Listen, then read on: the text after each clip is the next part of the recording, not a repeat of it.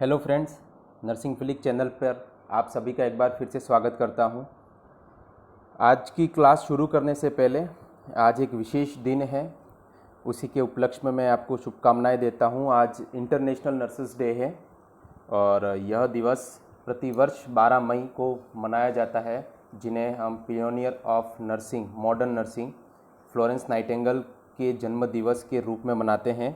और इसी दिन पूरे विश्व में नर्सेस दिवस मनाया जाता है।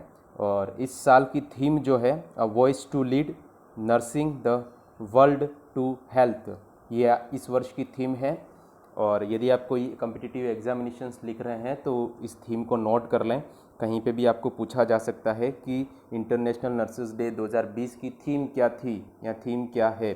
ठीक है, a voice to lead nursing the world to health. तो आज का हम टॉपिक शुरू कर रहे हैं मेंटल हेल्थ नर्सिंग का। हम नेक्स्ट टॉपिक जो हम डिस्कस करने जा रहे हैं वो है एल्कोहलिज्म।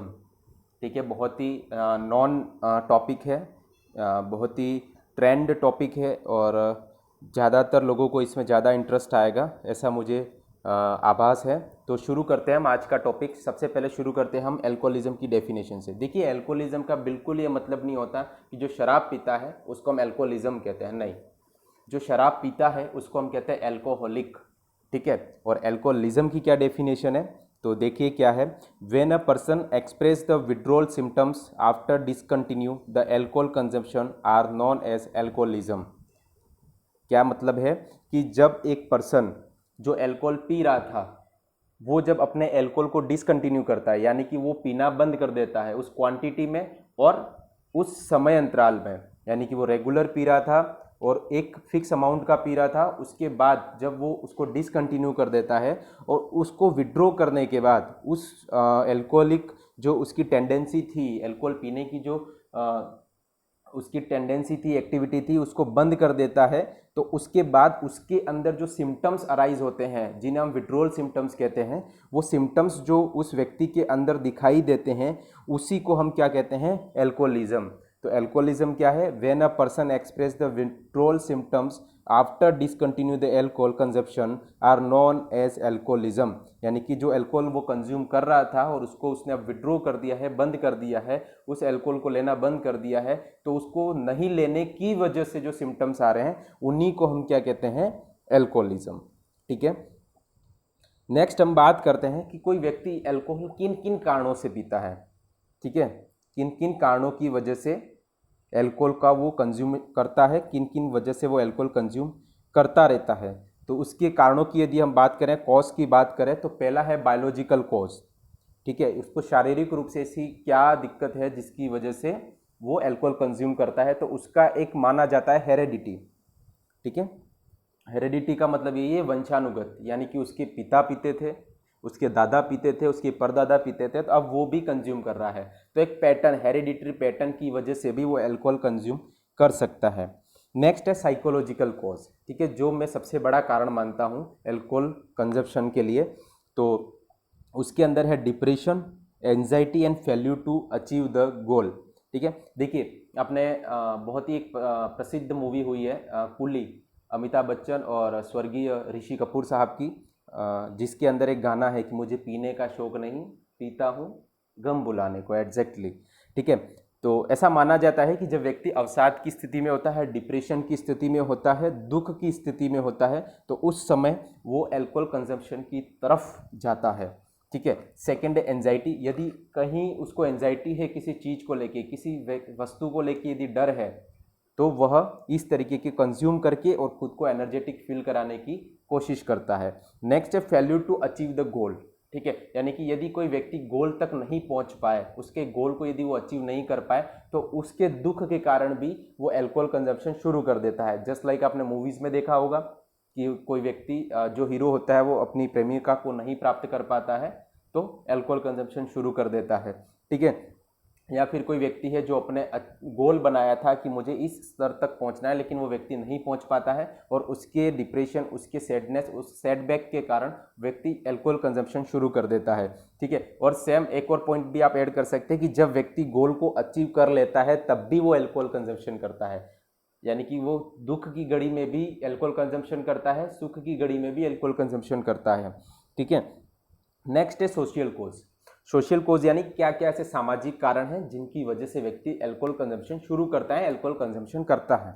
तो फर्स्ट चीज़ जो है वो है इजी अवेलेबल, यानी कि आज मेडिसिन के ऊपर जितनी दवाइयाँ अवेलेबल नहीं है उतना इजीली तो अल्कोहल अवेलेबल हो जाता है। तो फर्स्ट पॉइंट तो ये हो गया इजी अवेलेबल। सेकेंड है रिलीजियस फैक्टर, किसी धर्म का नाम लिए बिना मैं यही कहना चाहूँगा कि बहुत सारे धर्म हैं जिनके बहुत सारे ऐसे रिचुअल्स हैं जिन रिचुअल्स के अंदर अल्कोहल कंजप्शन करना उनका रिलीजियस बिलीफ है। ठीक है, तो एक रिचुअल फैक्टर है, रिलीजियस फैक्टर्स है। नेक्स्ट है फैमिली एनवायरनमेंट। सपोज कीजिए किसी के फादर हैं वो अल्कोहल कंजम्पशन करते हैं और उसको देख देख के उसके बच्चे भी सीख गए हैं, यानी कि फैमिली एनवायरनमेंट ही ऐसा है कि उसके घर में कोई अल्कोहलिक रह चुके हैं तो जिनको देख के वो अल्कोहल कंजम्पशन करना सीखता है। और एक होता है पीयर ग्रुप। जी हाँ, ये बहुत ही बड़ा फैक्टर है। पीयर ग्रुप का मतलब होता है फ्रेंड सर्कल, यानी कि किसी व्यक्ति का या किसी पर्सन का फ्रेंड सर्कल ऐसा है जो अल्कोहल कंजम्पशन करता है, तो उनको देख के और पीयर ग्रुप के फोर्स की वजह से और उन सब फैक्टर्स की वजह से कोई भी व्यक्ति शराब पीना, मदिरा पान करना शुरू करता है। तो ये 3 फैक्टर हो गए। पहला हो गया बायोलॉजिकल, जिसके अंदर आता है हेरेडिटी। साइकोलॉजिकल में आप बहुत सारे और भी पॉइंट्स ऐड कर सकते हैं, मैंने मेन यहाँ पे 3 ऐड किए हैं, depression, anxiety, failure to achieve the goal. Next social cause, इसके अंदर easy available, religious factor, family environment और पीयर ग्रुप। ठीक है, तो ये कुछ ऐसे कोज हैं जिन कारणों की वजह से कोई व्यक्ति अल्कोहल पीना शुरू करता है। और भी बहुत लंबी लिस्ट है, लेकिन अभी यहाँ पे जो मेन है वो मैंने यहाँ पे डिस्कस कर लिए हैं। बाकी और भी आप अपने नोट्स में ऐड करना चाहें तो आप अपने हिसाब से सोच के लगा के और फिर उसको लिख सकते हैं। ठीक है, नेक्स्ट हम बात करें साइन एंड सिम्टम्स की, कि एक शराब व्यक्ति के अंदर क्या साइन एंड सिम्टम्स आते हैं। देखिए ये बहुत ही वेल नोन टॉपिक है, सभी को इसके साइन एंड सिम्टम्स भी पता है, कोज भी पता है, बस मैं यहाँ पे एक बार और एक्सप्लेन कर देता हूँ। तो साइन एंड सिम्टम्स में देखिए पहला है यूफोरिया। यूफोरिया का मतलब होता है प्रसन्नता की स्थिति, उन्माद की स्थिति, उमंग की स्थिति। यूफोरिया मैंने प्रीवियस मेनिया वाले टॉपिक में बहुत अच्छे से बताया है। तो यूफोरिया का मतलब होता है प्रसन्नता। व्यक्ति जब शराब पीता है उसके बाद प्रसन्न मुद्रा में आ जाता है, यानी कि अच्छी एक्टिविटीज़ करने लग जाता है। लाइक कभी डांस नहीं किया हो तो फिर भी वो डांस करने लग जाता है, गाने गाने लग जाता है, शायरिया बोलने लग जाता है, कहावतें बोलने लग जाता है, तो मतलब उन्माद की स्थिति में आ जाता है, तो वो है यूफोरिया। नेक्स्ट है कंपल्सिव ड्रिंकिंग, यानी कि जो व्यक्ति अल्कोहलिक हुआ है वो कंपलसरी ड्रिंकिंग करता ही रहता है, यानी कि ऐसा नहीं है आज पी लिया और फिर छोड़ देगा। तो जो अल्कोहलिक पर्सन है वो कंपल्सिव ड्रिंकिंग करते हैं। नेक्स्ट है वॉयलेंस बिहेवियर। आपने देखा होगा कि जो डोमेस्टिक वॉयलेंस होते हैं, यानी कि घरेलू हिंसा जो होती है, उनका मेन कारणों में एक शराब, मदिरा पान सेवन भी होता है। तो वॉयलेंस बिहेवियर हो जाता है, यानी कि वो बहुत ही घातक बिहेवियर व्यक्त करता है, वो किसी को मार सकता है, किसी को हिंसा पहुंचा सकता है, तो वो होता है वॉयलेंस बिहेवियर। नेक्स्ट होता है एग्रेसिवनेस, यानी कि आपने देखा होगा बहुत सारे शराबियों को या फिर जो शराब कंज्यूम करते हैं, मदिरा पान करते हैं, वो बहुत ही एग्रेसिव नेचर के होते हैं, बहुत गुस्सेल स्वभाव के होते हैं, और जब वो शराब पी लेते हैं उसके बाद तो और ज़्यादा गुस्सेल हो जाते हैं। ठीक है, नेक्स्ट होता है इनअप्रोप्रिएट सोशल बिहेवियर, यानी कि ये कह सकते हैं कि जो अल्कोहल कंज्यूम करते हैं और जो अल्कोहल के नशे में हैं वो लोग सोसाइटी में या फिर लोगों से कैसे बिहेव करना है, उसका व्यवहार, उसका लहजा भूल जाते हैं, यानी कि उनका जो बिहेवियर होता है इनअप्रोप्रिएट हो जाता है। Next staggering gait. ठीक है, ये आपके लिए नया शब्द है, स्टेजरिंग गेट। स्टेजरिंग गेट का मतलब होता है अनकोऑर्डिनेटेड वॉकिंग। अनकोऑर्डिनेटेड वॉकिंग का मतलब ये होता है कि उसके दोनों पैर कोऑर्डिनेशन में नहीं चलते हैं। आपने देखा होगा शराबी जो होते हैं वो लड़खड़ाते हुए चलते हैं, उसी को हम कहते हैं स्टेजरिंग गेट। ठीक है, तो uncoordinated walking is known as staggering gait. ठीक है, नेक्स्ट होता है स्लर्ड स्पीच, यानी कि उनकी जो बोलते हैं तो वो तुतला के, हकला के बोलते हैं, यानी कि उनकी जीभ, उनकी जबान जो है वो सही तरीके से नहीं चलती है, उसी को हम कहते हैं स्लर्ड स्पीच। नेक्स्ट है डिस्ट्रैक्टिबिलिटी, यानी कि उनमें डिस्ट्रैक्शंस बहुत आते हैं, यानी कि वो हमेशा डिस्ट्रैक्ट रहते हैं, किसी एक पर्टिकुलर टॉपिक के ऊपर फोकस नहीं रहते हैं और वो बार बार अपने टॉपिकों से डिस्ट्रैक्ट होते रहते हैं जब भी हम उनसे बात करने की कोशिश करें। नेक्स्ट होता है निस्टेगमस। निस्टेगमस ये भी आपके लिए नया शब्द है और इसका मतलब होता है इनवॉलेंट्री आईबॉल मूवमेंट, यानी कि उनकी आँख की जो आईबॉल है उसको वो इनवॉलेंट्रीली घुमाते रहते हैं, मूवमेंट होता रहता है आंखों में, इधर उधर मूवमेंट होता रहता है, उसको कहते हैं निस्टेगमस। नेक्स्ट है एक्सेसिवली ड्रिंकिंग, और जो एल्कोहलिक पेशेंट होते हैं या एल्कोहलिक व्यक्ति होते हैं वो एक्सेसिवली ड्रिंकिंग करते हैं, यानी कि बहुत ज़्यादा मात्रा में ड्रिंकिंग करते हैं, और बहुत ज़्यादा मात्रा में ड्रिंकिंग करने को कहते हैं डिप्सोमेनिया। क्या कहते हैं? डिप्सोमेनिया। डिप्सोमेनिया का मतलब होता है एक्सेसिवली ड्रिंकिंग। और नेक्स्ट साइन एंड सिम्टम जो है वो gradually increase tolerance capacity of patient. Gradually धीरे धीरे व्यक्ति की जो टॉलरेंस कैपेसिटी होती है, यानी कि शराब को सहन करने की, उसके नशे को सहन करने की जो क्षमता है, मात्रा को ग्रहण करने की जो क्षमता है, वो धीरे धीरे बढ़ती रहती है। यानी कि कोई आज 30 ml पी रहा है, कल 60 ml पिएगा, कल पूरी की पूरी बोतल पिएगा, उससे ज़्यादा पिएगा। तो इसी तरीके से ग्रेजुअली उसकी जो ड्रिंकिंग कैपेसिटी है, टॉलरेंस कैपेसिटी है, सहन करने की जो क्षमता है, सहिष्णुता जो है, वो बढ़ती जाती है शराब के प्रति। तो ये कुछ साइन एंड सिम्टम्स थे। नेक्स्ट हम बात करें डायग्नोसिस की, कि हाँ अब हमें कैसे पता चले कि किसी व्यक्ति ने शराब पिया है और कितना पिया है और उसका क्या असर होने वाला है उसके शरीर के ऊपर। देखिए पहला मेथड तो यही है, ऑल्फेक्शन मेथड, यानी कि जो ऑर्डर ऑफ अल्कोहल, यानी कि जो अल्कोहल की स्मेल होती है, उसके मुख से आने वाली जो स्मेल होती है, बदबूदार जो स्मेल होती है, उसी से आप अंदाजा लगा सकते हैं कि सामने वाले व्यक्ति ने ड्रिंकिंग की है। ठीक है, that is the general method जो हम घरों के अंदर भी यूज़ किया जाता है और जनरली व्यवहार में आ ही जाता है, उसी को कहते हैं ऑल्फेक्शन मेथड। ऑल्फेक्शन का मतलब होता है सूंघना। ठीक है, तो सूंघ कर उसकी स्मेल को लेकर हम पता लगा सकते हैं कि सामने वाले व्यक्ति ने शराब पी हुई है या मदिरा पान किया हुआ है। नेक्स्ट है ब्लड टेस्ट, यानी कि आप किसी व्यक्ति का ब्लड सैंपल कलेक्ट कीजिए और इसका लेबोरेटरी में टेस्टिंग कीजिए। ठीक है, तो यहाँ पे मैंने कुछ 4 पैरामीटर्स दिए हुए हैं, तो उन 4 पैरामीटर्स को बता देता हूं। पहला पैरामीटर है इंटॉक्सिकेशन। इंटॉक्सिकेशन का मतलब होता है व्यक्ति को नशा कब आएगा, यानी कि कितनी मात्रा उसके ब्लड के अंदर अल्कोहल की हो जाएगी तब उसको नशा होना शुरू होगा या उसको नशा आएगा। तो वो है 80 to 100 mg ऑफ अल्कोहल पर 100 ml ऑफ ब्लड, यानी कि उसके 100 ml ब्लड के अंदर यदि उसका 80 से 100 mg तक अल्कोहल उसके ब्लड के अंदर घुल गया है तो उसको नशा होना शुरू होगा। ठीक है, इंटॉक्सिकेशन का मतलब होता है नशा होना। ठीक है, और यदि हम बात करें कि एक गवर्नमेंट ने आपको ड्राइविंग के लिए यानी आप अल्कोहल को पी के और ड्राइविंग कर सकते हैं, तो उसकी कितनी मात्रा है, तो वो है 80 mg पर 100 ml ऑफ ब्लड, यानी कि आपके ब्लड के अंदर 80 ml या 80 ml से कम मात्रा में अल्कोहल है 100 ml ब्लड के अंदर, तो ही आप ड्राइविंग करने के लिए अलाउड है अकॉर्डिंग टू लॉ। ठीक है, और इंटॉक्सिकेशन क्या कहता है कि नशा कब आएगा, जब 80 से 100 mg के ऊपर अल्कोहल आपकी पर 100 ml ब्लड के अंदर प्रेजेंट हो, तब आपको नशा होना शुरू होता है। उसके बाद होता है टॉक्सिक इफेक्ट, यानी कि जहरीला असर कब आना शुरू होगा, तो 200 से 250 mg पर DL, यानी कि जब आपके ब्लड के अंदर 200 से 250 mg पर DL यदि अल्कोहल की मात्रा आ गई है तब वो टॉक्सिक इफेक्ट देगा। सीवियर इफेक्ट कब देगा, सीवियर इफेक्ट देगा जब 300 mg पर DL, यानी कि 300 mg माइक्रोग्राम पर DL ब्लड के अंदर आपका यदि अल्कोहल घुल गया है तो वो सीवियर इफेक्ट देगा। और फैटल इफेक्ट, फैटल इफेक्ट का मतलब होता है लाइफ थ्रेटनिंग, जिसकी वजह से जान भी जा सकती है। जी हाँ, जिसकी वजह से जान भी जा सकती है, उसको कहते हैं फैटल इफेक्ट। और वो कितना है, 500 mg पर DL, यानी कि जब व्यक्ति के ब्लड के अंदर अल्कोहल की मात्रा 500 mg पर DL हो जाती है तो उसके लिए फैटल हो जाती है, लाइफ थ्रेटनिंग हो जाती है, जीवन के लिए हानिकारक हो जाती है, तो उसको हम कहते हैं फैटल। तो यहाँ पे मैंने आपको 4 पैरामीटर्स दिखाए हैं, intoxication, toxic effect, severe effect और फैटल इफेक्ट। ठीक है, तो इनके पैरामीटर्स बिल्कुल याद रखिए। तो पहला मेथड क्या हो गया डायग्नोस करने का, ऑल्फेक्शन मेथड। दूसरा हो गया ब्लड टेस्ट। तीसरा मेथड की तरफ चले हम, तो तीसरा मेथड है GGT टेस्ट। ठीक है, GGT टेस्ट का फुल फॉर्म होता है गामा ग्लूटेमाइल ट्रांसपेप्टिडेज टेस्ट। ठीक है, गामा ग्लूटेमाइल ट्रांसपेप्टिडेज टेस्ट। देखिए क्या होता है, GGT क्या है पहले तो ये बता देता हूँ। देखिए GGT एक एंजाइम है जो किसी भी ड्रग को या फिर किसी भी टॉक्सिक सब्सटेंस को डिटॉक्सिफाई करता है, यानी कि उसके जहरीले असर को कम करता है। समझ में आ गया? अभी के लिए इतना ही जान लें कि GGT क्या है, कि GGT एक ऐसा एंजाइम है जो किसी भी ड्रग और किसी भी टॉक्सिक सब्सटेंस को हमारी बॉडी के अंदर डिटॉक्सिफाई करने के लिए हेल्प करता है।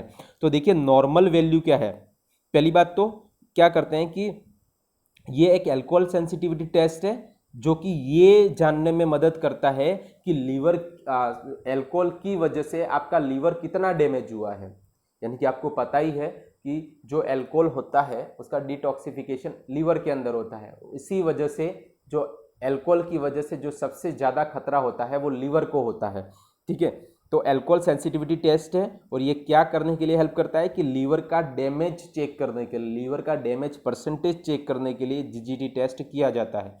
अब बात करें नॉर्मल वैल्यू ऑफ जीजीटी, तो जीजीटी की जो नॉर्मल वैल्यू होती है यानी कि गामा ग्लूटामाइल ट्रांसपेप्टिडेस की जो टेस्ट की जो नॉर्मल वैल्यू होती है वो होती है 9 to 48 इंटरनेशनल यूनिट पर लीटर। ठीक है, पर लीटर 9 to 48 इंटरनेशनल यूनिट, ये उसकी नॉर्मल वैल्यू है जीजीटी की। और ये वैल्यू जो है, this value increase within 24 hours to 2 weeks, then gradually decrease 2 to 6 weeks after total abstinence of alcohol. यदि आप एल्कोहल विड्रॉ कर देते हैं, यानी कि टोटल एब्सटिनेंस का मतलब होता है बिल्कुल बंद कर देना कि पीना ही नहीं, तो जब आप बिल्कुल नहीं पीते हैं तो तब आपकी 24 घंटे से 2 वीक, यानी कि एक दिन से लेके 14 दिन तक तो ये बढ़ती है, जीजीटी की वैल्यू बढ़ती है और धीरे धीरे फिर 2 से 6 वीक में धीरे धीरे आपकी जीजीटी की जो वैल्यू है वो वापस डिक्रीज होती जाती है जब आप टोटल अल्कोहल को बंद कर देते हैं, बिल्कुल पीते नहीं हैं, बिल्कुल छूते नहीं हैं। तो थर्ड टेस्ट क्या हो गया, जीजीटी। ठीक है, उम्मीद कर रहा हूँ आपको समझ में आ रहा होगा। देखिए टॉपिक थोड़ा बड़ा है, इस वजह से मैं थोड़ा सा स्पीड में पढ़ा रहा हूँ ताकि वीडियो ज़्यादा लंबा ना हो जाए। ठीक है, आप इसको रिवर्स कर करके फ्लैशबैक में जाके आप इसको वापस सुन सकते हैं। ठीक है, सो जीजीटी क्या है, अल्कोहल सेंसिटिविटी टेस्ट है जो क्या जानने के लिए मदद करता है, लीवर डैमेज को जानने के लिए मदद करता है। और जीजीटी की नॉर्मल वैल्यू याद रखिएगा 9 to 48 इंटरनेशनल यूनिट पर लीटर। और ये कब बढ़ती है और कब घटती है मैंने आपको समझा दिया है। नेक्स्ट है केस क्वेश्चनरीज। एक 4th नंबर की जो डायग्नोसिस है वो है केज क्वेश्चनरीज। क्वेश्चनरीज का मतलब होता है प्रश्न पूछना। ठीक है, तो देखिए पहले तो ये बात कर ले कि केज क्वेश्चनरीज इंट्रोड्यूस किसने की थी, तो जॉन इविंग नाम के एक व्यक्ति ने केज क्वेश्चनरीज को इंट्रोड्यूस किया था। देखिए इससे केज क्वेश्चनरीज से ये पता लगता है कि वाकई में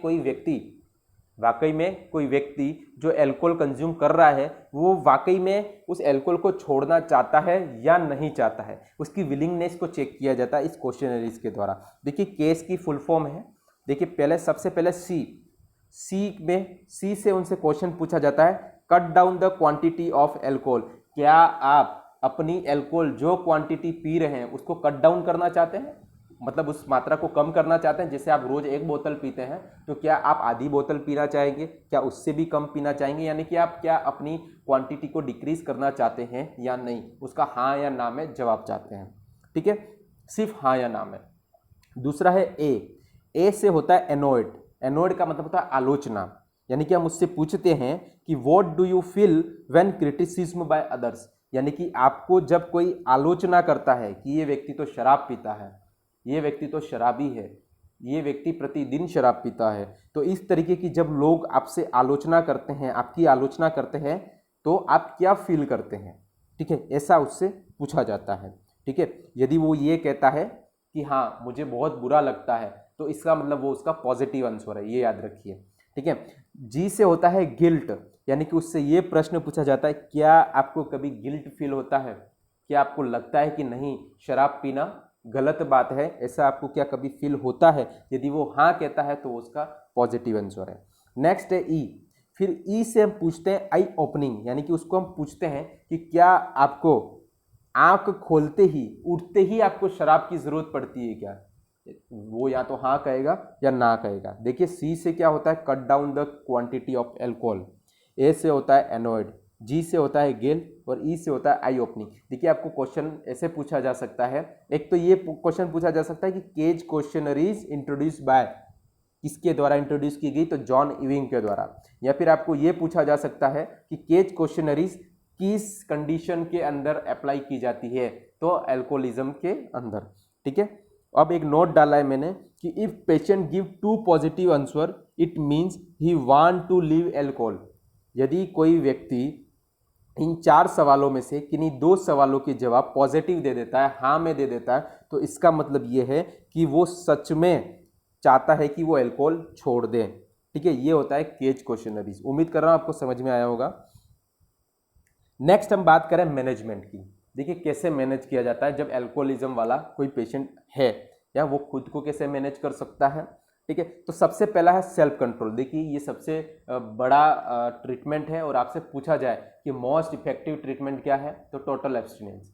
ठीक है, अल्कोहलिज्म का सबसे इफेक्टिव कह सकते हैं कि सबसे इफेक्टिव मेथड क्या है, तो सेल्फ कंट्रोल, टोटल एब्स्टिनेंस। ठीक है, जब व्यक्ति खुद के ऊपर सेल्फ कंट्रोल रख के शराब नहीं पिएगा, that is the best treatment for the alcoholism.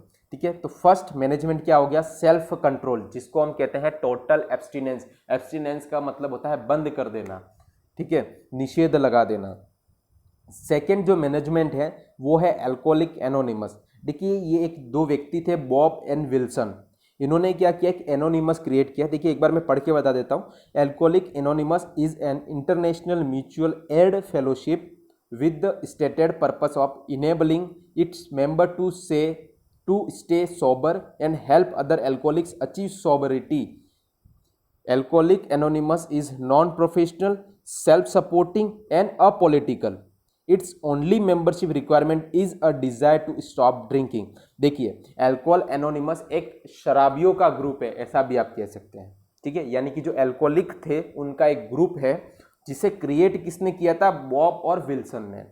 ठीक है, बॉब और विल्सन ने अल्कोहलिक एनोनिमस को क्रिएट किया था। अब इस एनोनिमस का उद्देश्य क्या है, कि इसका उद्देश्य ये है कि जो व्यक्ति विलिंगली, मतलब अपनी इच्छा से जो शराब छोड़ना चाहते हैं, वो इस एनोनिमस में आके जुड़ सकते हैं, और इस एनोनिमस में आके उनको इस तरीके से ट्रेन किया जाता है कि वो अपने शराब पीने की आदत पर संयम लगाए, और दूसरे जो भी शराबी हैं या फिर जो अल्कोहलिक हो चुके हैं उनके अंदर भी वो संयम पैदा करने में मदद करे। यानी कि कुल मिला के ये मदद करने का एक ग्रुप है, एक दूसरे की मदद, यानी कि एक अल्कोहलिक दूसरे अल्कोहलिक की मदद करेगा। इसके अंदर ये भी था अल्कोहलिक एनोनिमस के अंदर, यदि कोई व्यक्ति रात को शराब पिया है और अल्कोहलिक एनोनिमस ग्रुप का व्यक्ति है, तो उसे उसके घर तक छोड़ने जाने तक का भी बंदोबस्त इस ग्रुप में किया हुआ था। तो क्या है अल्कोहलिक एनोनिमस, समझ में आया होगा कि एक ये जो अल्कोहलिक पर्सन्स हैं उनका एक ग्रुप है, ये एक दूसरे की मदद करते हैं और सोबरिटी यानी कि संयमता को प्राप्त करें, यानी कि हम संयम रखें खुद के ऊपर, हम शराब आगे से ना पिएं। इस तरीके की ट्रेनिंग और एक इस तरीके के वोकेशनल ट्रेनिंग्स उनको इस ग्रुप के अंदर दी जाती है, ताकि जो सोबरिटी है उसको वो अचीव कर सके। तो alcoholic anonymous Bob and Wilson ने दिया था। मेन क्वेश्चन इसमें यही बनता है कि अल्कोहलिक एनोनिमस किसने दिया था, तो बॉब और विल्सन ने। नेक्स्ट हम बात करें तो एक है एल अनोन। ठीक है, एल एनोन क्या है, ये जो बॉब की वाइफ थी एनी, उन्होंने इसको क्रिएट किया था। ठीक है, एल एनोन, और एल एनोन एक ऐसा प्रोग्राम है जिसके अंदर, देखिए एक बार पढ़ के बता देता हूँ। Al Anon is a program of recovery for people who are affected by another person's drinking, whether that be a friend or family. यानी कि सपोज कीजिए कोई एक एल्कोहलिक पर्सन है, उसके फैमिली मेंबर्स हैं। ठीक है, तो उनके फैमिली मेंबर्स जो उस अल्कोहलिक व्यक्ति की वजह से अफेक्टेड हुए थे, यानी कि प्रभावित हुए थे, उनकी रिकवरी के लिए ये ग्रुप बनाया गया। कौन सा ग्रुप, एल एनोन। किसने क्रिएट किया, एनी ने। एनी कौन थी, बीओबी यानी कि बॉब की वाइफ। ठीक है, वो ग्रुप क्यों क्रिएट किया गया, ताकि कोई शराब व्यक्ति है, शराब पीता था, उसकी वजह से उसकी फैमिली के अंदर इकोनॉमिक प्रॉब्लम्स आ गई, सोशल प्रॉब्लम्स आ गई, बच्चों को एजुकेशनल प्रॉब्लम्स आ गई, तो उसके जो भी फैमिली मेंबर्स थे या फ्रेंड्स थे जो उसकी वजह से, उस अल्कोहलिक पर्सन की वजह से अफेक्टेड हुए थे, उसको रिकवरी कराने के लिए क्या था, एल एनोन ग्रुप। ठीक है, समझ में आ गया होगा। नेक्स्ट जो मैनेजमेंट है वो है डिटॉक्सिफिकेशन। देखिए डिटॉक्सिफिकेशन का मतलब होता है किसी जहरीले तत्व को खत्म करना, उसी को हम कहते हैं डिटॉक्सिफिकेशन। ठीक है, द इंटरवेंशन। अब डिटॉक्सिफिकेशन के अंदर हम क्या क्या करते हैं, देखिए एक बड़ा प्रोसेस है डिटॉक्सिफिकेशन, उसके अंदर बहुत सारी स्टेप्स आती है। ठीक है, तो मैं बता देता हूँ डिटॉक्सिफिकेशन होता क्या है। The interventions used during detox including medical, psychological and pharmacological means are meant to minimize the severity of withdrawal symptoms and support individual as they begin their journey in recovery। ठीक है, तो ये क्या है, एक ये प्रोसेस है पूरा डिटॉक्सिफिकेशन के अंदर, जिसके अंदर क्या क्या इंक्लूड होता है, मेडिकल मैनेजमेंट होता है, साइकोलॉजिकल मैनेजमेंट होता है और फार्माकोलॉजिकल मैनेजमेंट होता है। 3 तरीके के मैनेजमेंट किए जाते हैं, मेडिकल, साइकोलॉजिकल और फार्माकोलॉजिकल। यानी कि इसके द्वारा, इन मैनेजमेंट के द्वारा हम क्या करते हैं कि उसकी जो विड्रॉल सिम्टम्स की सीवियरिटी है, तीव्रता है, उस तीव्रता को, उस सीवियरिटी को कम किया जाता है। किसको कम किया जाता है? विड्रॉल सिम्टम्स की। तो डिटॉक्सिफिकेशन के अंदर हम क्या करते हैं? मेडिकल, साइकोलॉजिकल और फार्माकोलॉजिकल ट्रीटमेंट देते हैं। उस ट्रीटमेंट का मकसद, उस ट्रीटमेंट का पर्पस क्या है? जो विड्रॉल सिम्टम्स की सीवियरिटी है, उस सीवियरिटी को कम करना, और जो अपनी रिकवरी के लिए उसने जर्नी शुरू की है, जो यात्रा शुरू की है, उस यात्रा को वो प्राप्त कर सके, उस यात्रा के पर्पस को वो प्राप्त कर सके। तो डिटॉक्सिफिकेशन समझ में आ गया होगा। नेक्स्ट हम बात करते हैं बेंजोडाइजिपिन। ठीक है, बेंजोडाइजिपिन एक ड्रग है जो कि विड्रॉल सिम्टम्स की वजह से जो एंजाइटी आई है उस एंजाइटी को कम करता है। ठीक है, उसको हम कहते हैं बेंजोडाइजिपिन। सो बेंजोडाइजिपिन एक ड्रग है जो कि क्या मदद करता है? विड्रॉल सिम्टम्स की वजह से जो एंजाइटी आई है उस एंजाइटी को कम करता है। ठीक है, नेक्स्ट है एवर्जन थेरेपी।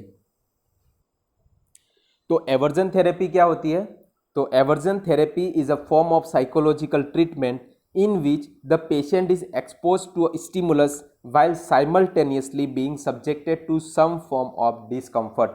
देखिए एवर्जन थेरेपी क्या है, मैं आपको समझा देता हूं। एवर्जन थेरेपी वो थेरेपी है यानी कि उसके प्लीजेंट स्टिमुलस के साथ अनप्लीजेंट स्टिमुलस का आना।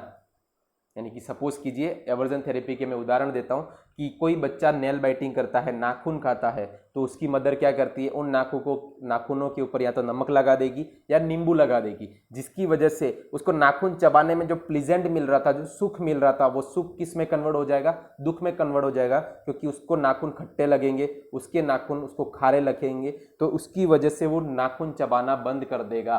ठीक है, तो वही एवर्जन थेरेपी का एग्जाम्पल था। तो इसका मतलब क्या है कि जब प्लीजेंट स्टिमुलस के साथ अनप्लीजेंट एक्सपीरियंस उसको होने लगे, सपोज कीजिए कोई शराब पी रहा है, उसको शराब पीने में मजा आता है, उस शराब पीने की वजह से जब वो उसको मजा आ रहा था, वही मजा उसकी सजा बन जाए, तो उसको हम कहते हैं एवर्जन थेरेपी। समझ में आ रहा है? यानी कि व्यक्ति को शराब पीते ही वॉमिटिंग होने लग जाए, उसको नोजिया होने लगे, उसको हेडेक होने लगे, यदि उस तरीके के सिम्टम्स आ रहे तो वो उसके लिए अनप्लीजेंट हो गए, और धीरे धीरे उसको जब ये सिम्टम्स आने लगेंगे तो वो क्या होगा? उस शराब को छोड़ देगा। उसी को हम कहते हैं एवर्जन थेरेपी। अब देखिए एवर्जन थेरेपी के अंदर एक ड्रग यूज की जाती है जिसको कहते हैं डाइसल्फिराम। क्या कहते हैं? डाइसल्फिराम। ठीक है, अब देखिए आपने बहुत सी जगह पे ये होर्डिंग्स पढ़े होंगे कि शराबी को बिना बताए शराब छुड़ाए, इस तरीके के बहुत सारे होर्डिंग्स आपने पढ़े होंगे, एडवर्टाइजमेंट्स आपने पढ़े होंगे। तो बस वही करते हैं, क्या करते हैं? डाइसल्फिराम देते हैं, और व्यक्ति की जो शराब है उस शराब के अंदर उस दवाई को मिलाया जाता है। जब वो उस दवाई को पीता है, यानी कि जब शराब को पीता है दवाई के साथ, और उसकी अननोन, उसकी बिना जानकारी के, कि उसे नहीं पता है कि शराब के अंदर क्या है, जब वो उसको पीता है तो 30 मिनट के अंदर एवर्जन रिएक्शन आना शुरू हो जाती है। देखिए यहाँ पे एक क्वेश्चन बनता है कि थेरेपी लेने के बाद कितनी देर में, कितने समय में एवर्जन रिएक्शन आना शुरू होता है? तो 30 मिनट बाद। यानी कि व्यक्ति है, उसकी शराब के अंदर आपने डाइसल्फिराम मिलाई, ठीक है, उसने उसको पिया, और उसके 30 मिनट बाद उसके रिएक्शंस आना शुरू हो जाता है। ठीक है, अब देखिए डाइसल्फिराम के दौरान क्या क्या सिम्टम्स आ सकते हैं? उसको हाइपोटेंशन हो सकता है, वॉमिटिंग हो सकता है, नोजिया हो सकता है, पाल्पिटेशन हो सकता है। पाल्पिटेशन का मतलब है हृदय गति का बढ़ना, उसको लगता है कि मेरा दिल, मेरा हृदय जो है वो बहुत तेजी से धड़क रहा है। ठीक है, डायफोरेसिस हो सकती है। डायफोरेसिस का मतलब होता है पसीना आना, बहुत ज़्यादा मात्रा में पसीना होना। और डिस्निया, उसे ऐसा लगता है जैसे मुझे ब्रीथिंग डिफिकल्टी हो रही है। ठीक है, तो डाइसल्फिराम हमने क्या किया? उसकी शराब के अंदर मिलाया, वो शराब पीने के 30 मिनट बाद उसको हाइपोटेंशन भी हो सकता है, वॉमिटिंग भी हो सकता है, नोजिया भी हो सकता है, पाल्पिटेशन भी हो सकता है, डाइफोरेसिस भी हो सकता है, और डिस्निया भी हो सकता है। तो जब उसको इस तरीके के सिम्टम्स और साइन उसको लगेंगे तो उसे लगेगा कि नहीं शराब में कोई दिक्कत थी, तो वो क्या करेगा? दूसरे दिन किसी और ब्रांड की शराब लाएगा। आप क्या करेंगे? फिर उसके अंदर डाइसल्फिराम मिलाएंगे, फिर उसके अंदर उसको फिर वही सिम्टम्स आएंगे, फिर ब्रांड बदलेगा, फिर वही सिम्टम्स आएंगे। तो जब ऐसा होता रहेगा तो उससे ऐसा आभास होगा कि मेरे शरीर में शराब की वजह से दिक्कतें आनी शुरू हो गई हैं, तो मैं इस शराब को बंद कर देता हूं। तो वो धीरे धीरे धीरे धीरे उस शराब को लेना बंद कर देगा और इसकी वजह से उसकी शराब जो है वो छूट जाएगी। तो एवर्जन थेरेपी वही है, प्लीजेंट चीज़ों के साथ जब अनप्लीजेंट एक्सपीरियंस देते हैं तो उसी थेरेपी को हम एवर्जन थेरेपी कहते हैं। और एवर्जन थेरेपी की जो ड्रग है वो कौन सी है? डाइसल्फिराम। याद रखिएगा, बेंजोडाइजेपिन नहीं है। बेंजोडाइजेपिन एंजाइटी को कम करती है, डाइसल्फिराम अनप्लीजेंट एक्सपीरियंस देने में काम आती है। देखिए बहुत सी बार ड्रग्स जो हैं वो नहीं देनी चाहिए। किन किन मरीजों में नहीं देनी चाहिए? देखिए कोई व्यक्ति शराबी है और उसको कोई कार्डियक प्रॉब्लम है तो उसको नहीं देनी चाहिए। यानी कि जो व्यक्ति ऑलरेडी हाइपोटेंशन का पेशेंट है, ठीक है, उसको आपने डाइसल्फिराम दे दी तो वो तो डाइसल्फिराम और क्या करेगी? हाइपोटेंशन करेगी, व्यक्ति की तुरंत मृत्यु हो सकती है। ठीक है, इसीलिए कार्डियक पेशेंट को, जिनको अरिदमियास की प्रॉब्लम है, कोई हार्ट डिजीज़ है, तो उसको हम डाइसल्फिराम नहीं देंगे। या फिर पल्मोनरी डिजीज़ यानी कि उसको अस्थमा है, ब्रोंकियल अस्थमा है, सीओपीडी है, ऐसे मरीजों को हम डाइसल्फिराम नहीं देंगे क्योंकि ये डिस्निया भी करता है। ठीक है, तो कॉन्ट्राइंडिकेशन क्या है डाइसल्फिराम के? तो कार्डियक और पल्मोनरी डिजीज़, इन दो मरीजों को हम डाइसल्फिराम नहीं देते हैं। ठीक है, नहीं देते हैं, उसका रीज़न साइन एंड सिम्टम्स में है, आप उसे पढ़िए। ठीक है, नेक्स्ट मूव करते हैं कि अल्कोहल की वजह से क्या क्या कॉम्प्लिकेशन जनरेट हो सकते हैं। यानी कि सपोज कीजिए कोई व्यक्ति लगातार लगातार लगातार शराब पी रहा है और अल्कोहलिक हो गया है, तो उसको क्या क्या कॉम्प्लिकेशंस आ सकते हैं। तो सबसे पहला है डिलीरियम ट्रेमर। ठीक है, ट्रेमर तो आपको पता ही होगा, कपकपी उठना। तो और डिलीरियम ट्रेमर का मतलब क्या होता है तो मैं बता देता हूँ। डिलीरियम ट्रेमेंस, इसको ट्रेमेंस भी कहते हैं। Delirium tremens is a rapid onset of confusion usually caused by withdrawal from alcohol. ठीक है, यानी कि डिलीरियम ट्रेमर्स क्या होते हैं कि उसके रैपिड यानी कि फास्ट, तीव्रता से उसको कंफ्यूजन होने लगता है। कब? जब उसको विड्रॉल, एल्कोहल को जब वो विड्रॉ कर देता है तो उसको बार बार कंफ्यूजन आते रहते हैं, यानी कि कंफ्यूजन के एपिसोड्स आते हैं, तो उसी को हम कहते हैं डिलीरियम ट्रेमर। और जब वो व्यक्ति डिसकंटिन्यू करता है एल्कोहल के तो उसके 2 से 4 दिनों के अंदर डिलीरियम ट्रेमर देखने को मिलते हैं और ये रिकवर भी हो जाते हैं 7 दिनों के अंदर। ठीक है, यानी कि किसी व्यक्ति की शराब छोड़ देने की वजह से डिलीरियम ट्रेमर भी आ सकते हैं। डिलीरियम ट्रेमर जो हैं वो डिसकंटिन्यू करने के 2-4 दिन बाद आते हैं और ये 7 दिनों के अंदर ठीक भी हो जाते हैं। नेक्स्ट है एल्कोहल फिट्स। फिट्स का मतलब होता है कन्वर्जन आना, onset of conversions due to excessive intake of alcohol. यानी कि यदि कोई व्यक्ति ज़्यादा एल्कोहल पीता है तो उसकी वजह से उसको कन्वर्जन्स भी आ सकते हैं, जिसे हम कहते हैं एल्कोहलिक कन्वर्जन्स या एल्कोहलिक फिट्स। देखिए जो डिलीरियम ट्रेमर है वो डिसकंटिन्यू करने की वजह से आ रहे हैं और एल्कोहलिक फिट्स जो है वो ज़्यादा शराब पीने की वजह से आ रहे हैं। ठीक है, तो हम यहाँ पे विड्रॉल के भी देख रहे हैं और यदि कोई शराब ज़्यादा पीता है तो उसके भी कॉम्प्लिकेशंस देख रहे हैं। ठीक है, नेक्स्ट उसका हम बात करेंगे हेलुसिनेशंस, यानी कि व्यक्ति को हेलुसिनेशंस भी होते हैं। ठीक है, हेलुसिनेशंस मैं आपको पहले मेनिया की क्लास में बता चुका हूँ, डिप्रेशन की क्लास में भी बता चुका हूँ। ठीक है, तो आपको हेलुसिनेशन के लिए आपको प्रीवियस क्लास बिल्कुल देखनी पड़ेगी। ठीक है, तो उस क्लास को आप देखिए, वहाँ पे आपको हेलुसिनेशन समझ में आ जाएगा। ठीक है, अब देखिए हेलुसिनेशन ऑनसेट कब होता है? 12 से 14 घंटे आफ्टर विड्रॉल ऑफ एल्कोहल। यानी कि जब व्यक्ति विड्रॉल कर देता है एल्कोहल तो उसको 12 से 14 घंटे के अंदर अंदर उसको 12 से 14 घंटे बाद उसको हेलुसिनेशन होना शुरू होता है। उसके अंदर कौन कौन से आते हैं? Visual, tactile and auditory. ठीक है, ये तीनों जो हेलुसिनेशन है ये इसके अंदर प्रेजेंट रहते हैं। विजुअल यानी कि उसको कुछ अजीब सा दिखेगा जो वहाँ प्रेजेंट नहीं है।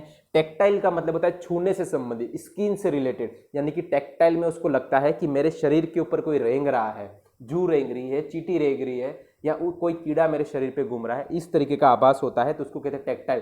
टैक्टाइल का मतलब होता है छूने से regarding, skin touch, touch to our skin. ठीक है, तो उसको कहते हैं टैक्टाइल। और ऑडिटरी यानी कि उसे ऐसा आभास होगा कि कोई मुझे बुला रहा है, कोई मेरा नाम पुकार रहा है या कोई मुझे कुछ बता रहा है। ठीक है, और आपको पूछे क्वेश्चन कि विड्रॉल ऑफ एल्कोहल में मोस्ट कॉमनली कौन सा हेलुसिनेशन पाया जाता है, तो आप आंख बंद कर टिक करेंगे ऑडिटरी हेलुसिनेशन। ठीक है। Auditory hallucinations are most common present in withdrawal of alcohol, ठीक है। ये हो गया हेलुसिनेशन। थर्ड जो कह सकते हैं कॉम्प्लिकेशन ऑफ एल्कोहल के अंदर आ जाएगा हेलुसिनेशन, ठीक है। नेक्स्ट और लास्ट जो है वो वर्निक्स कोर्साकॉफ सिंड्रोम, ठीक है। दो सिंड्रोम है, उनका मिक्सचर है वर्निक्स और कोर्साकॉफ, ठीक है। वर्निक्स इंसेफेलोपैथी होती है और कोर्साकॉफ सिंड्रोम। देखिए पहले हम वर्निक्स इंसेफेलोपैथी की बात कर लें तो इंसेफेलोपैथी का मतलब होता है रिलेटेड टू ब्रेन, ठीक है। तो इंसेफेलोपैथी जो है एक ब्रॉड टर्म है, एक बड़ा शब्द है, ठीक है। और इसका मतलब क्या होता है, अल्टर्ड ब्रेन फंक्शंस। जब ब्रेन के फंक्शन अल्टर्ड हो जाते हैं तो उसी को हम क्या कहते हैं, इंसेफेलोपैथी, ठीक है। और जो वर्निक्स इंसेफेलोपैथी है वो मोटर डिस्टर्बेंसेस से रिलेटेड, यानी कि जो हमारी मोटर एक्टिविटीज हैं उसके अंदर डिस्टर्बेंसेस से मतलब होता है वर्निक्स इंसेफेलोपैथी, ठीक है। तो उसके अंदर क्या क्या आता है, एटेक्सिया, एटेक्सिया मतलब क्या होता है, चक्कर आना, ठीक है। स्लर्ड स्पीच यानी कि वो व्यक्ति सही बोल नहीं पाता है। स्टेगरिंग गेट, स्टेगरिंग गेट मैंने आपको बता दिया, अनकोऑर्डिनेटेड वॉकिंग, ठीक है। सिक्स्थ क्रेनियल नर्व पाल्सी, ठीक है। अब आप याद कीजिए कि सिक्स्थ क्रेनियल नर्व कौन सी है, तो एब्ड्यूसेंस, ठीक है। अब एब्ड्यूसेंस क्या काम करती है आपको पता होगा, तो हमारी आंख के अंदर जो लेटरल रेक्टस मसल है उसके मूवमेंट को कंट्रोल करने का काम कौन करती है, एब्ड्यूसेंस, ठीक है। तो सिक्स्थ क्रेनियल नर्व पाल्सी क्या है, पाल्सी ऑफ एब्ड्यूसेंस, एब्ड्यूसेंस में पैरालाइज हो जाना, यानी कि उस मसल का काम करना बंद हो जाना due to abducens cranial nerve के डैमेज होने के कारण। और इसके और एब्ड्यूसेंस यदि मसल एब्ड्यूसेंस नर्व जब डैमेज होगी तो उसकी वजह से कौन सा फंक्शन अल्टर हो जाएगा, जो लेटरल मूवमेंट है, यानी कि जब हमारी आंख मिडलाइन की तरफ होती है और उसको हम जब लेटरल की तरफ ले जाते हैं तो वो उसमें कौन सी मसल हेल्प करती है, लेटरल रेक्टस मसल। लेकिन अब एब्ड्यूसेंस नर्व काम नहीं कर रही है तो उसकी वजह से जो लेटरल रेक्टस मसल जो है वो आंख की काम नहीं करेगी और लेटरल मूवमेंट नहीं होगा आंख का, ठीक है। तो सिक्स्थ क्रेनियल नर्व पाल्सी कौन सी सिंड्रोम के अंदर दिखती है, तो वर्निक्स इंसेफेलोपैथी के अंदर, वो भी एल्कोहलिज्म में। नेक्स्ट है कोर्साकॉफ सिंड्रोम। कोर्साकॉफ सिंड्रोम जो है वो रिलेटेड टू मेमोरी। देखिए वर्निक्स इंसेफेलोपैथी मोटर से रिलेटेड है, कोर्साकॉफ सिंड्रोम मेमोरी से रिलेटेड है, ठीक है। उसके अंदर क्या क्या हो सकता है, एमनीशिया हो सकता है। एमनीशिया का मतलब होता है लॉस ऑफ मेमोरी, यानी कि enable to recall past things, पिछली पास्ट की भूतकाल की चीज़ों को, मेमोरीज को, यादों को वो याद नहीं कर पाता है, उसको कहते हैं एमनेशिया। नेक्स्ट है डिसओरिएंटेशन, यानी कि व्यक्ति डिसओरिएंटेड रहता है टाइम प्लेस पर्सन को लेके, यानी कि उससे नाम पूछा जाए वो कहाँ है पूछा जाए नहीं बता पाएगा, तो उसको कहते हैं डिसओरिएंटेशन। नेक्स्ट है कॉन्फाबुलेशन।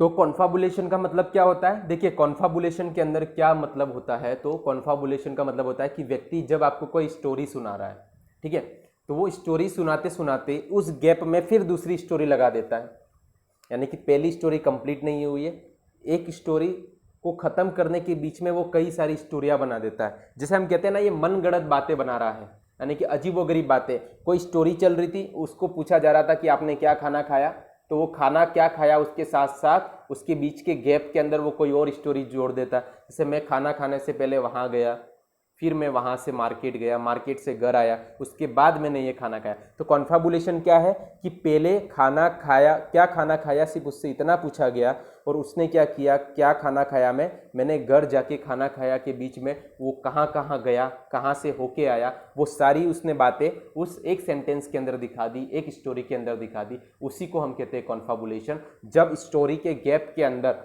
जब वो व्यक्ति पुरानी मेमोरीज को भी बीच में लगा दे, उन गैप के अंदर भर दे, तो उसी को हम कहते हैं कॉन्फाबुलेशन। और नेक्स्ट जो सिम्टम है कोर्साकॉफ का वो है अटेंशन डेफिसिट, यानी कि व्यक्ति किसी एक चीज़ के ऊपर अटेंशन नहीं दे पाता है, उसी को हम कहते हैं अटेंशन डेफिसिट। यानी कि व्यक्ति कहीं पे भी एकाग्रचित नहीं हो सकता, कहीं एक जगह पे ध्यान नहीं दे सकता, किसी एक व्यक्ति पे या किसी एक स्टिमुलाई पे वो अटेंशन नहीं दे पाता, तो उसी को कहते हैं हम अटेंशन डेफिसिट। Thank you. तो आज हमने एल्कोहलिज्म की क्लास के अंदर क्या क्या पढ़ा कि एल्कोहलिज्म क्या है, ठीक है। और अल्कोहलिज्म के कॉज क्या है, फिर उसके बाद हमने देखा कि अल्कोहलिज्म के अंदर क्या क्या साइन एंड सिम्टम्स आते हैं। उसके बाद हमने पढ़ा कि हम अल्कोहलिज्म का मैनेजमेंट कैसे करते हैं, एवर्जन थेरेपी क्या होती है, बहुत सारी चीज़ें पढ़ी हमने इसके अंदर। मैनेजमेंट क्या करते हैं, बेंजोडाइजेपिन क्या काम करती है, उसके बाद डाइसल्फिराम कैसे वर्क करती है। उसके बाद हमने पढ़ा कि अल्कोहल की वजह से क्या क्या कॉम्प्लिकेशंस आ सकते हैं, ठीक है। और इसी के साथ मैं अपनी क्लास को यहीं पे विराम देता हूँ। एक बार फिर से आपको विश्व नर्सेस दिवस की बहुत सारी शुभकामनाएं। उम्मीद कर रहा हूँ कि आपको वीडियो समझ में आ रहे हैं, आप पढ़ रहे हैं लगातार और भी ज़्यादा जाके सर्च कर रहे हैं। बस एक ही विनती मैं बार बार कर रहा हूँ, मेरे चैनल को, हमारे इस चैनल को, नर्सिंग फ्लिक चैनल को सब्सक्राइब करिए, शेयर करिए, लाइक करिए। जितना ज़्यादा लोगों तक पहुँचेगा हमें और प्रेरणा मिलेगी और अच्छा कंटेंट बनाने में। तो इसी उम्मीद के साथ कि आप इस रिक्वेस्ट को मानेंगे। बहुत बहुत शुक्रिया, आपका दिन शुभ हो।